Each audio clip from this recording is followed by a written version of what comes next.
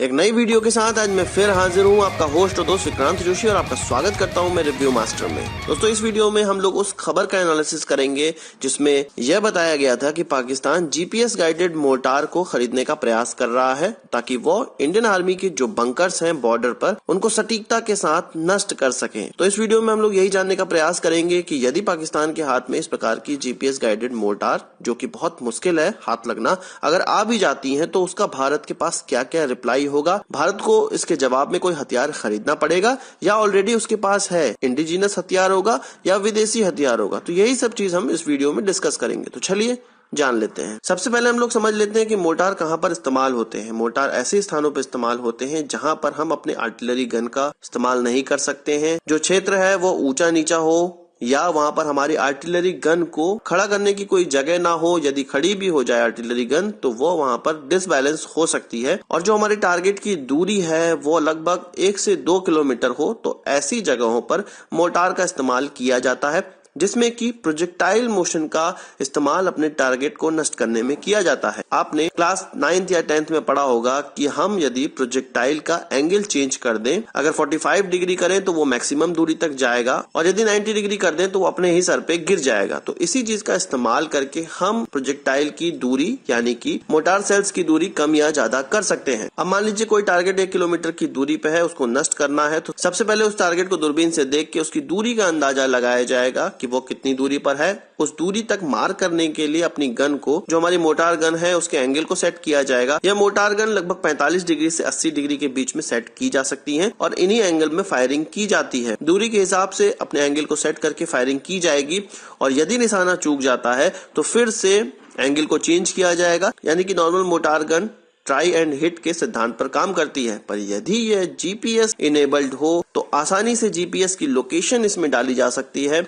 उसके बाद गन की एंगल सेट करने की आवश्यकता नहीं है, उसके हिसाब से ही गन की एंगल सेट हो जाएगी। और यदि सेल फायर भी हो चुका है और टारगेट वहां से हिल गया है तो ऑनलाइन ऑन फ्लाइट इसकी डायरेक्शन को चेंज किया जा सकता है थोड़ा बहुत, क्योंकि जब नॉर्मल मोर्टार सेल को फायर किया जाता है तो टारगेट की ऊंचाई का भी आकलन करना पड़ता है। उसका आकलन करने में थोड़ी गड़बड़ी हो सकती है, इसलिए जो नॉर्मल मोर्टार सेल है वो यदि टारगेट की दूरी तक भी हिट करे, पर अगर उस ऊंचाई पे हिट नहीं करता है तब भी टारगेट नष्ट नहीं हो पाएगा। और नॉर्मल मोर्टार की हिटिंग कैपेबिलिटी इतनी बेकार होती है कि अधिकतर वो निशाने से चूकती रहती है, और ये लगभग 500 मीटर दूरी पर भी जाकर गिरती है, जिससे कि पॉपुलेशन वाले इलाके में यदि मोर्टार फायर की जा रही हो तो दुश्मन के अलावा वो पॉपुलेशन को भी लग सकती है, जिससे सिविल कैजुअलिटी बहुत ज्यादा बढ़ जाती है। और यदि टारगेट कुछ ऐसे स्थान पर हो जहाँ पर हमारे फ्रेंडली ट्रूप्स भी हैं तो वहां पर टारगेट को सटीकता से नष्ट करना बहुत ज्यादा जरूरी हो जाता है। इसलिए इस प्रकार के जीपीएस इनेबल्ड मोर्टार का इस्तेमाल किया जाना आजकल बहुत आम बात हो गई है, पर यह इतनी भी आम नहीं है कि हर किसी के पास हो। अभी यह अमेरिका, इजराइल और कुछ यूरोपियन देशों के पास ही है।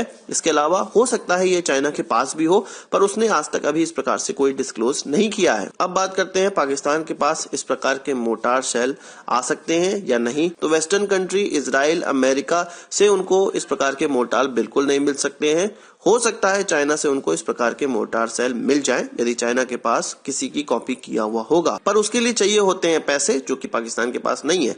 पर मान लीजिए चाइना ने इसको फंडेड कर दिया, भारत में अस्थिरता पैदा करने के लिए इसको फंड भी कर दिया, उनको फ्री में इस प्रकार के सेल दे भी दिए, तो भारत के पास क्या जवाब रहेगा इसका?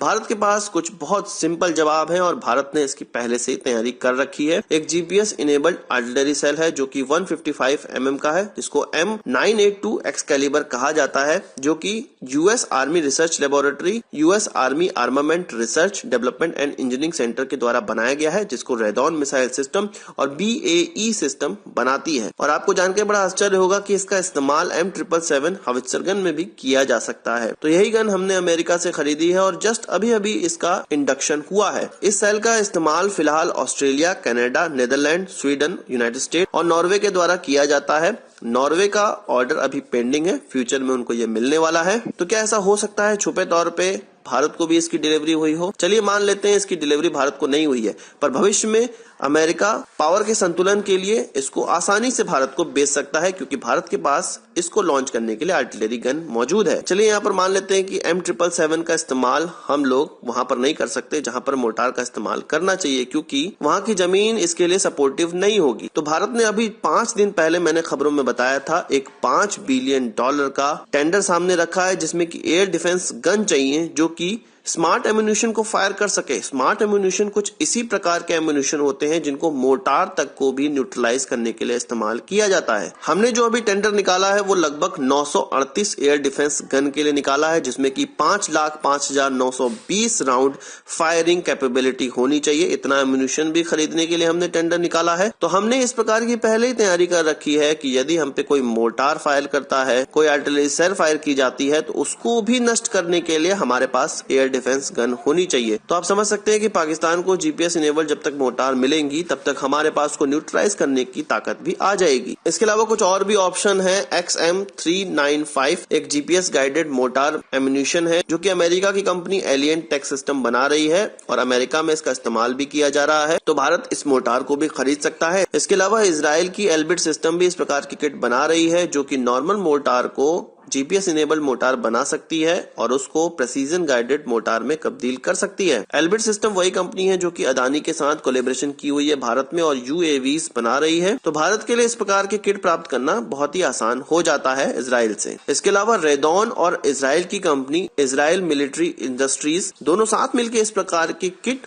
और मोर्टार दोनों ही डेवलप किए हुए हैं, जिसकी डिलीवरी उन्होंने अमेरिकन आर्मी को भी की है। तो जितने भी हमारे मित्र हैं उनके पास ऑलरेडी इस प्रकार के मोर्टार मौजूद हैं, जबकि पाकिस्तान के किसी भी मित्र के पास इस प्रकार के मोर्टार होने की पुख्ता सबूत अभी तक नहीं है। और यदि इस प्रकार के कोई भी सिस्टम हमें नहीं मिलते हैं, अगर हम कोशिश करें कि अपने घर के अंदर ही कुछ इस प्रकार का हमारे पास मिल जाए जो इसका जवाब हो, तो हमारे पास DRDO के डेवलप किए हुए 100 मिसाइल हैं, जिनका इस्तेमाल हालांकि एयरक्राफ्ट से अभी तक किया जाता है, पर फिर भी हम लोग 40 से 50 किलोमीटर की दूरी से उन एटलीस्ट जगहों को नष्ट कर पाएंगे जहां पर इस प्रकार के पाकिस्तानी मोर्टार का इस्तेमाल किया जा रहा होगा जो कि GPS इनेबल्ड होंगे। तो हमें किसी भी प्रकार का कोई भी टेंशन लेने की आवश्यकता नहीं है कि पाकिस्तान किस प्रकार के हथियार खरीद रहा है। एक्चुअल में वो खुद हमसे इंस्पिरेशन लेके इस प्रकार के हथियार खरीदता है जो हमारे पास ऑलरेडी मौजूद होते हैं छिपे तौर पे। और आप अखबार वालों को तो जानते ही हैं, उनको छोटी सी भी क्लू मिल जाते हैं तो वो राई का पहाड़ बना देते हैं। अभी तक उनके पास इस प्रकार के सिस्टम आए नहीं है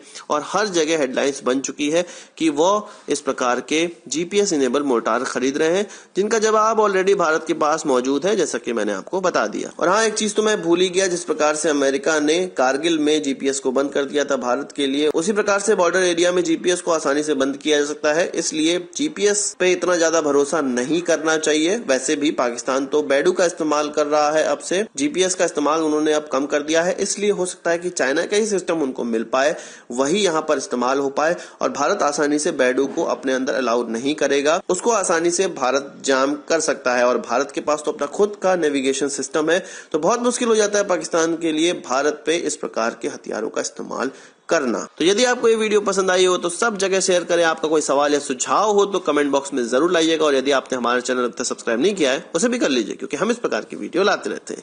नमस्कार, थैंक यू, जय हिंद।